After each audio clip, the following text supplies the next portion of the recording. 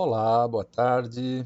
Então, sejam todos bem-vindos a essa nossa aula de hoje para complementar o curso de Formação e Educação à Distância.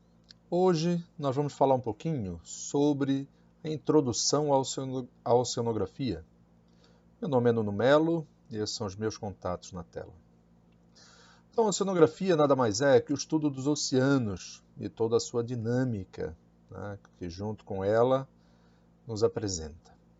Então, uma pergunta básica que nós devemos fazer sempre é o que é a oceanografia?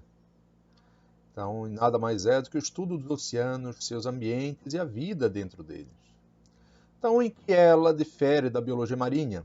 Que às vezes surgem confusões, né? Então, a biologia marinha estuda os organismos marinhos em termos de anatomia, fisiologia, ecologia, comportamento. Então, isso quer dizer o quê? Que ela é mais individualista. Então, nessa figura, podemos observar o planeta oceanos, né? Então, o nosso planeta azul, que a grande maioria, né, é composta por água.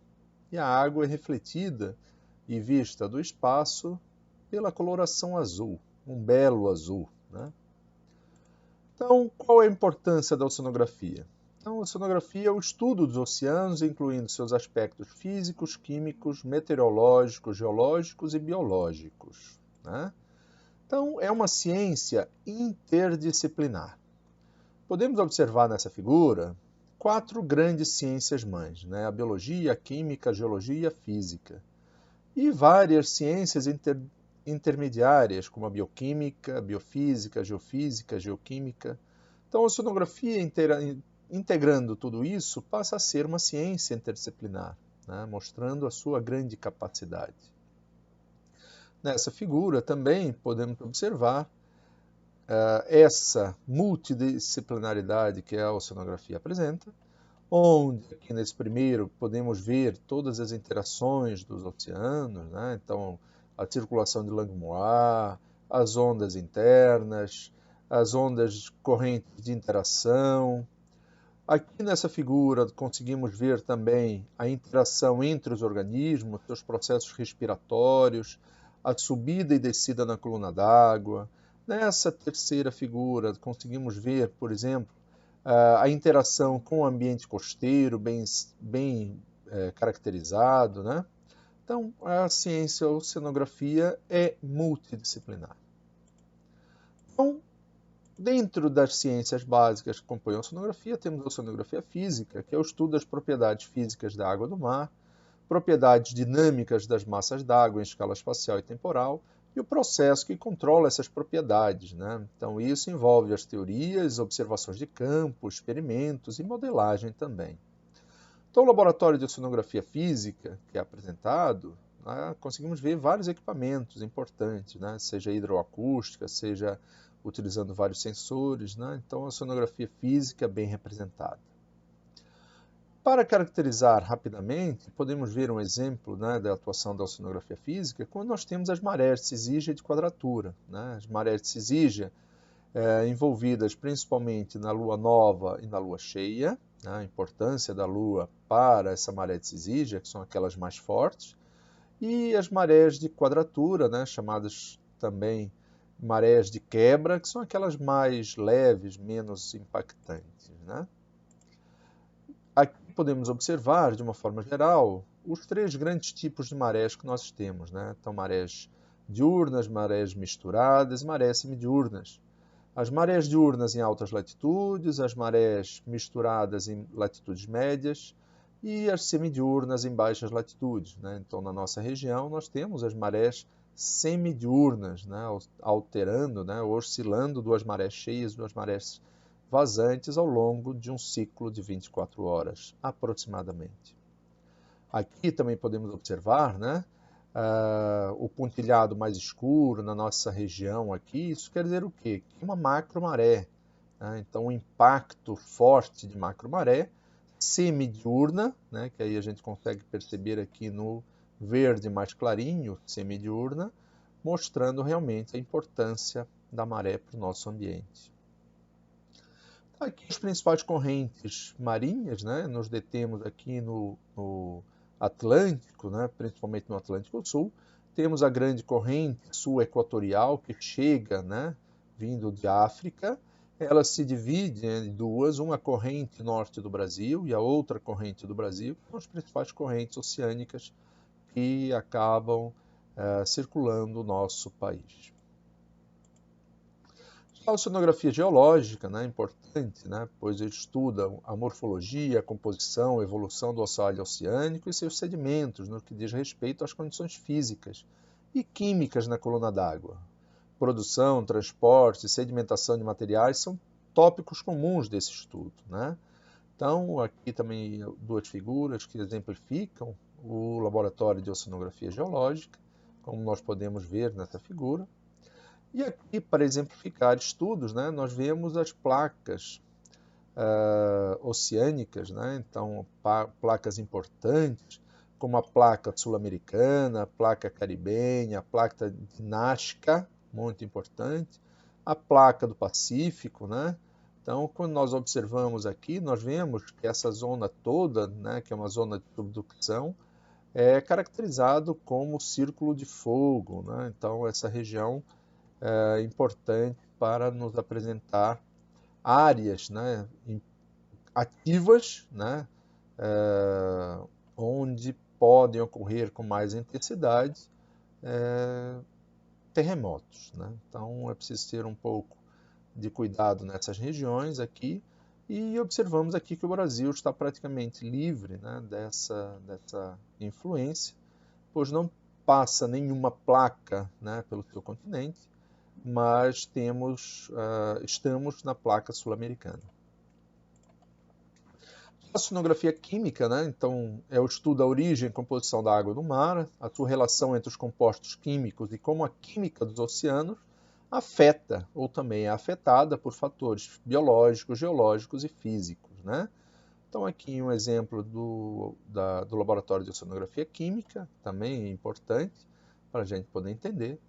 E aqui vemos a composição da água do mar, né, em que sua grande maioria é composta por sódio e cloro, né, o grande percentual, mas também é composto por outros elementos, como magnésio, cálcio, potássio, outros elementos menores e também os elementos que nós chamamos de traço, né? Todos eles fazem parte para os constituintes da água do mar. Aqui, a proporção entre os íons mais importantes, e aí nós vamos ver dois ambientes diferentes. Um deles é o mar, outro é o rio, né? Então, no mar, nós temos o sódio e o cloro como principais componentes. Aqui, nós vamos encontrar também os sulfatos como componentes importantes.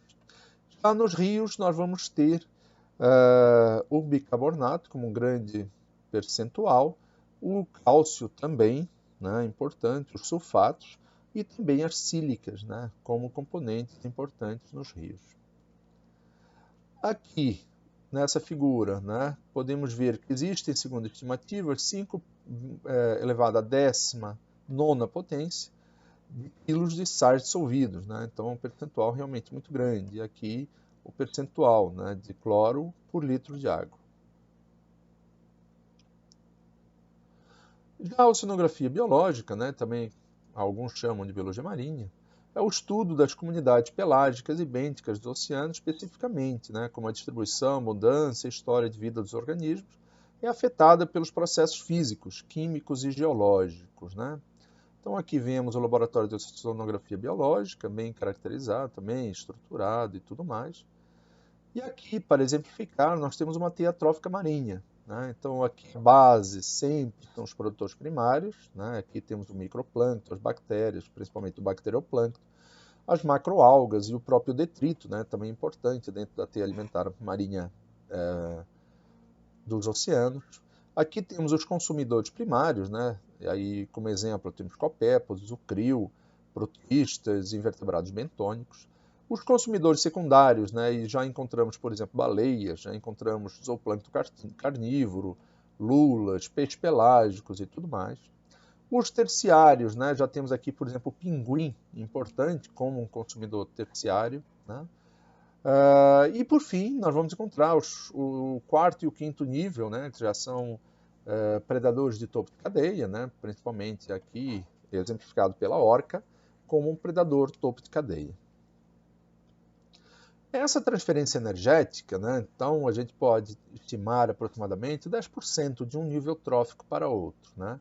Então, para cada 100 gramas de sanduíche de atum, né, que nós vamos encontrar, nós vamos precisar de quê? Né? Então, um percentual relativamente grande, né, de produtores primários, consumidores primários, né, o zooplâncton, pequenos peixes, peixes médios e aí os consumidores de topo, né, que seria, nesse caso, o atum. Então, para cada 100 gramas de atum, nós vamos precisar aproximadamente 1.000 quilos de produtores primários. Aqui podemos observar também a influência, né, de áreas costeiras em que a aquicultura começa a se instalar, né, e a modificar também cenários. Aqui vemos uma área grande, né, um espelho d'água muito grande, e a importância, né, desses ambientes, né, para o cultivo, mas também é preciso ter muito cuidado com a preservação ambiental. Já a engenharia oceânica, né, a ciência nova, né, que trabalha com design e implementação de estruturas oceânicas, instrumentação e navios, bem como aplicação física, química e matemática para estudos oceanos, né, ou também para mitigação dos seus problemas. Então, essa engenharia oceânica nos apresenta diversos equipamentos que podem ser utilizados, né, como, por exemplo, veículos subaquáticos, para ir a profundidades em que antes nunca se conseguiu chegar. Né? Isso é muito importante para os dias de hoje. Né? O homem conseguiu chegar à Lua, mas não conseguiu chegar no fundo dos oceanos. Né? Então é importante que a gente tenha isso em mente. A polícia marinha, né, também chamada de guarda costeira, é, em teoria, a implementação das leis e tratados que regulamentam e aproveitam os recursos vivos e não vivos da zona econômica exclusiva. Né? Além disso, o transporte marítimo e a própria poluição. Então, são fundamentais para manter o equilíbrio dentro da zona costeira, principalmente. E alguns equipamentos são utilizados, né? Atualmente, né? Vários sites cansonar, sondas multiparamétricas e tudo mais. Aqui podemos observar a última turma, né, que viajou para a instrumentação oceanográfica, uma disciplina do curso de Engenharia de Pesca, através do navio Escola Ciências do Mar 2. Né? Então, uma turma que teve a oportunidade de embarcar e participar dessas atividades. Aqui nessa figura também conseguimos ver, de uma forma geral, tudo aquilo que está relacionado aos ambientes costeiros e ao ambiente marinho, né? A interação sobre todos eles, os diversos equipamentos oceanográficos participando, né? As escubas e tudo mais, novas tecnologias, como por exemplo, satélites, aviões tripulados e não tripulados e tudo mais. Então é bem interessante essa nova dinâmica que o estudo dos oceanos está nos apresentando. Então, alguns equipamentos e métodos de coleta em ambientes marinhos que a gente pode encontrar. Então, seja coletas de plâncton, como nós podemos ver aqui nessa figura, seja coleta de sedimento, utilizando algumas dragas, sejam dragas de arrasto para coletar organismos bentônicos, equipamentos tripulados e não tripulados, equipamentos para perfuração e navios oceanográficos, né, importantes também para a dinâmica dos estudos no ambiente marinho. Então, ficamos hoje por aqui. Né? Então, espero que a gente possa ter compreendido um pouquinho mais sobre os oceanos e a sua dinâmica e que nas próximas aulas a gente possa aprofundar tudo isso e ver com mais detalhes tudo aquilo que foi apresentado hoje e a gente possa ter, ao final da disciplina, uma compreensão melhor sobre a oceanografia, os seus usos, as suas interações, as suas dinâmicas, principalmente entre os organismos marinhos e os diversos fatores ambientais que possam estar, de alguma maneira, influenciando a sua distribuição. Boa tarde para todos, um grande abraço e até a próxima aula.